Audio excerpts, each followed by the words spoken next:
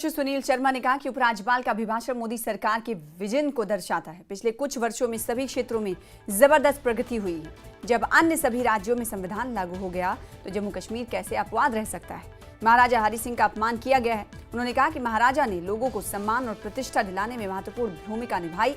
नेता प्रतिपक्ष सुनील शर्मा ने कहा कि 13 जुलाई को कश्मीरी पंडितों पर हमला किया गया और उनकी हत्या कर दी गई। इतिहास को नष्ट नहीं किया जा सकता। पाकिस्तान के साथ बातचीत करने का निर्णय विदेश मंत्रालय के अधिकार क्षेत्र में है। उन्होंने कहा कि जम्मू कश्मीर में पीएसए कौन लाया? एनसी ने विरोधियों को रोकने के लिए पीएसए लाया था। मोदी सरकार ने जम्मू कश्मीर में शांति स्थापित की। हम फिर से उन्होंने कहा कि पत्थरबाजी और हड़ताल की इजाजत नहीं देंगे। सुनील शर्मा ने कहा कि उन्होंने देश के लिए बलिदान दिया और कई कार्यकर्ता आतंकवादियों द्वारा मारे गए। साथियों, जितने भी यहाँ पे पीएसए की बात करने वाले हो, आप केवल उन 200-400 लोग जो पीएसए में हैं उनकी बात करते हो। हम तो 70 लाख पॉपुलेशन की बात करते हैं।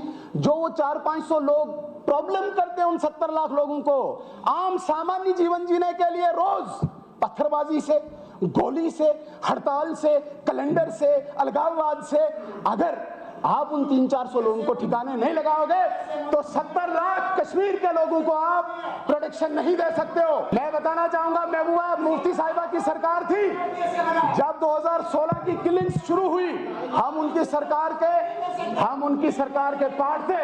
हमने जाके उन्हें बताया कि अगर इस वक्त जम्मू कश्मीर को बचाना है तो आपको इस वक्त फोर्स का इस्तेमाल करना होगा।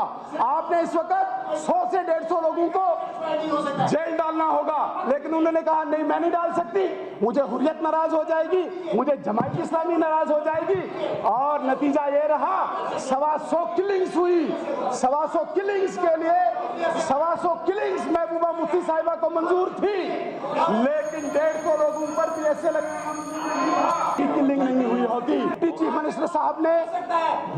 मिनिस्टर साहब ने महाराजा के विरुद्ध डिक्टेटर शब्द का इस्तेमाल किया है, जिसका हमें पूरा अफसोस है।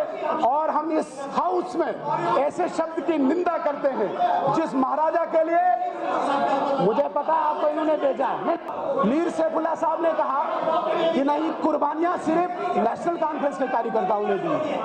मीर सैफुल्लाह साहब, नेशनल कॉन्फ्रेंस नहीं, 1953 से लेके जब यहाँ पे नेशनल कॉन्फ्रेंस ने तिरंगे को नहीं लगाने दिया, तब प्रजा परिषद के लोग तिरंगा लेके निकले और आपकी फोर्स ने उन पे गोलियां चलाई।